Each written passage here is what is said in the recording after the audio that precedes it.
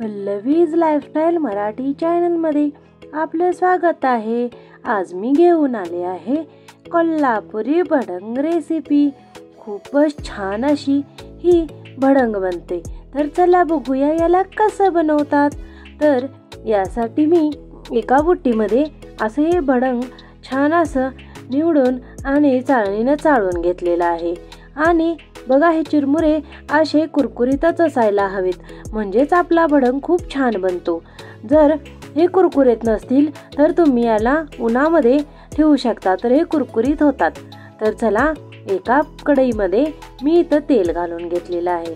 तर तेलाला थोडं गरम होऊन देऊयात आणि त्यामध्ये मी इथे घातलेले आहेत कच्चे शेंगदाणे। तर बघा कच्च्या शेंगदाण्यांना आपण तेलामध्ये असं तळून घ्यायचं आहे। तर या प्रकारे तुम्ही तुमच्या चवीनुसार शेंगदाण्यांचं जे क्वांटिटी आहे ते कमी किंवा जास्त करून घेऊ शकता।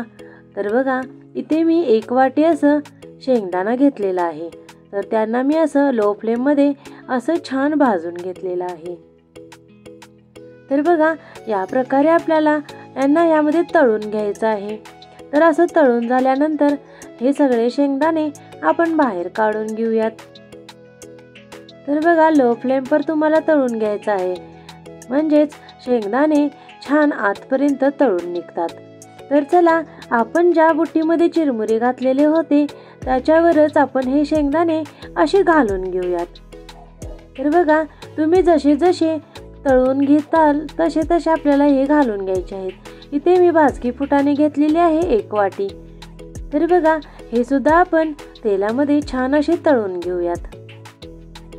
तर पल्लवी लाईफस्टाईल मराठी चॅनलला अजून तुम्ही सबस्क्राईब केलं नसेल तर प्लीज सबस्क्राईब करा आणि बेल आयकॉन बटन दाबायला विसरू नका।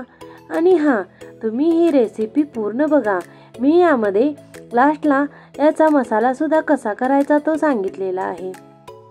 फुटाणे सुद्धा तळून झालेले आहेत आणि आता आपण कढीपत्ता यामध्ये तळून घेऊयात। तर बघा या प्रकारे आपण कढीपत्ता असे तळून घेऊयात।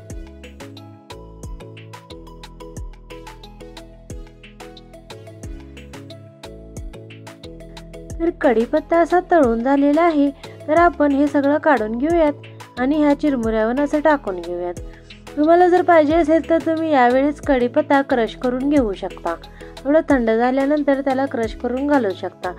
तर बघा यातलं मी थोडं तेल काढून घेतलेलं आहे आणि गॅसची फ्लेम एकदम लोच ठेवायची आहे। यामध्ये काश्मीरी लाल मिर्च पावडर घातलेली आहे, मी चवीनुसार तुम्ही घालू शकता। मी इथं 3 चमच्यांचा यूज केलेला आहे। हळद थोडी घातलेली आहे मी इथं आणि पिंक सॉल्टचा मी यूज केलेला आहे। तर चला हे सगळं जे मसाला आहे याला आपण असं मिक्स करून घेऊयात।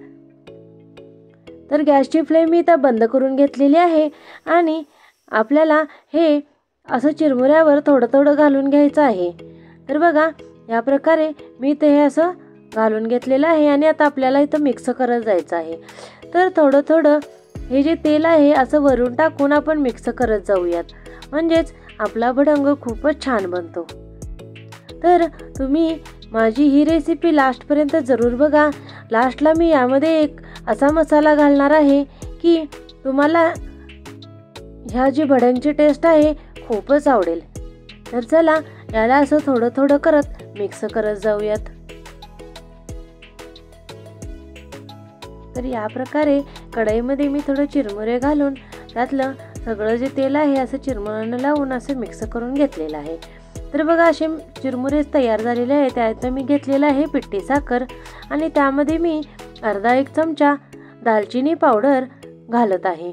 दालचिनीची पावडर तुम्ही मिक्सरमध्ये बारीक करून घेऊ शकता आणि असं मिक्स करून घेऊ शकता। तर नाहीतर तुम्ही मोठी साखर आणि दालचिनी एकाच वेळेस मिक्सरला बारीक करून घेऊ शकता। तर बघा या प्रकारे ही पावडर आपल्याला अशी घालून घ्यायची आहे आणि अशा प्रकारे चिरमुऱ्यांना एकसारखं लावून घ्यायचं आहे। तर बघा व्हिडिओमध्ये दाखवल्याप्रमाणे तुम्ही सगळ्यात लास्टला ही पिठी साखर आणि दालचिनीचं पावडर यामध्ये असं घालून घ्या, म्हणजेच तुम्ही जसं कोल्हापुरी भडंग विकतचं जे पाकिट मिळतं त्या प्रकारेच आपल्याला हा भडंग लागतो। तर बघा कोल्हापुरी भडंग रेसिपी तुम्हाला कशी वाटली मला जरूर कळवा आणि माझ्या चॅनलला लाईक शेअर सबस्क्राईब जरूर करा। तर बघा तुम्ही या प्रकारे कढीपत्ता क्रश सुद्धा करून घेऊ शकता। तुमच्या आवडीनुसार तुम्ही यामध्ये काजू बदाम आणि मनुके सुद्धा घालू शकता। तर चला याला आपण एका प्लेटमध्ये सर्व करून घेऊयात।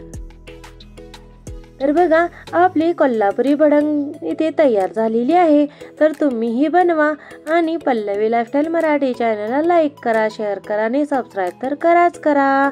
धन्यवाद। Thanks for watching.